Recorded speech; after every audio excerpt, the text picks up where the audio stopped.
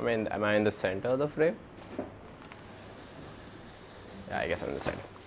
So this is the story of how I made my first short documentary, One Man Band. So I got in college a year ago, and I was looking for projects that are like big time projects, you know, like with VFX or huge content or even a feature film. Yeah, I'm pretty optimistic. But yeah, I was not getting any, like I was looking for them, but I was not getting any ideas or opportunities. So I decided to like make my own videos. So that's why I made these YouTube videos. I made a few short films, and yeah, just waiting for that big project. Now, since I'm going to use the documentary next, it's obvious that that was the big time project.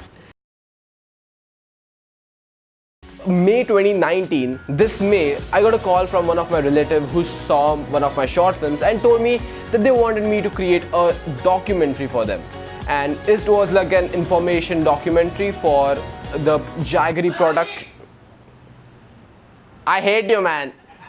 So this documentary was an information documentary on production of Jaggery with newer technologies, and this technologies which my uncle made. So it was a startup for whom they wanted a document explaining the whole process and how it all goes. So yeah, I hopped on board thinking that yeah, it's okay, it'll be just one more project until I find the big one.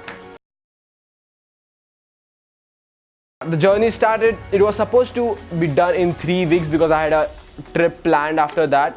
So it was supposed to be done in 3 weeks, but it took 3 months. 3 months. It started on June, very start of June. So 3 shooting days were planned. So on day 1, we went to the manufacturing unit. And it was like a small unit though, but we had to scout for all the angles that we could not put in at the end of the documentary, because all the things that I thought, wow, this is an exciting angle, didn't end up coming in the final shot. That's what happens usually. But yeah, so the day 1 was full of scouting angles. I did some recording on day 1 too, and then came the day 2. Day 2 was like the main shooting in manufacturing unit and a few interviews at the last. But yeah, so it all started. I was very nervous because due to off season, the manufacturing plant was closed down. They, just for the sake of documentary, they restarted the plant and cleaned it up just so that a 19-year-old kid could come and shoot a video. It was a big deal. I was like so freaking nervous that time. So yeah, it was total of a 5-hour shoot where I like took shots of the components and how it is getting formed and all. After lunch, I had to record 2 interviews. One with my uncle, which was the founder of the whole project, and the person who is actually handling the whole plant. So it went smoothly. I was not expecting it because very less things went wrong. So yes. And yeah, so then it was day 3. Day 3 was mostly interviews. And on this day, I had to take like 4 to 5 interviews. So yeah, for the person who has never taken an interview in front of a camera, it was weird. So yeah, we went to amazing locations for the interview, because first interview was taken in a university, and it was a university of liberal arts. So that whole university was so beautiful, so modernized, and we took shots there. And the location scouting there was not difficult because the whole university was amazing scenery and all. I had put on a long lens so that I could get the required depth of field, and yeah, it was like kept very far from my subject. And yeah, so that happened. And after that, we went to a research center. So the person behind all the research and all for this project, we went to talk to him and take his interview. And it was a research center which was like a very ancient architecture. I was like, it was from 1916 or something like that, and it was so beautiful, so contrasting from the one we actually went before. So yeah, after that there were 3 interviews. So we went to their houses and got the interviews, and it went amazing. The lighting was good. Luckily, the houses that we went to had perfect lighting. I don't know how. Why doesn't my house have that perfect lighting? I don't get it. That house had the perfect lighting. But yeah, then after the end of the interviews, that marked the end of the whole shooting period, and editing began. The editing part, I had like 3 days to cut the first cut of the whole documentary. That's when laptop decided to give up on me. Out of all the time, this was like I had 3 days to edit the first cut, and now it gave up on me. I had like the trip planned and all. I was like so nervous during the whole period. But yeah, it was like, okay, I'll just have a fresh start after the trip. I'll come back, like start fresh, do the edit properly. Yeah, that's how I keep myself optimistic. But yeah, so I went to the trip. It was a very calming trip. Had a lot of fun, just to see that the next 2 months of my life are going to be miserable. So stressful. I mean, I came back, I got a new computer and I started editing.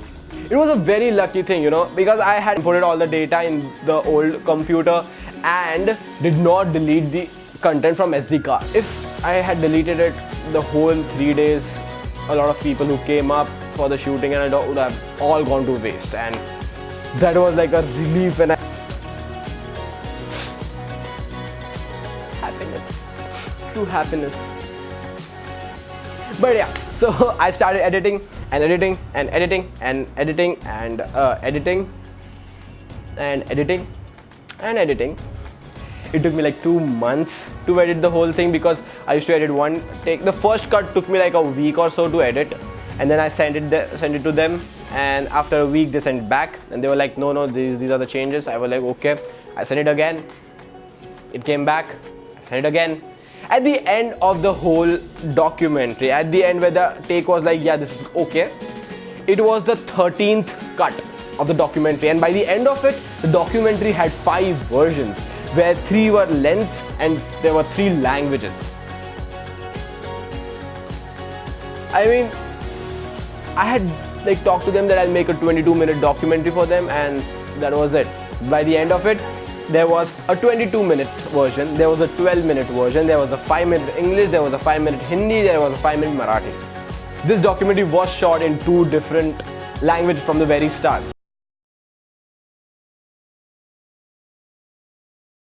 Why would I say this was the big time project? Because this project was later a part of my life. Like by the end of the 2-3 months, it was the part of every conversation that I took, every rant in front of my friends about the work I do, or every excuses that I used, or every reason, or the happiness in my life, the frustration in my life, was all this documentary.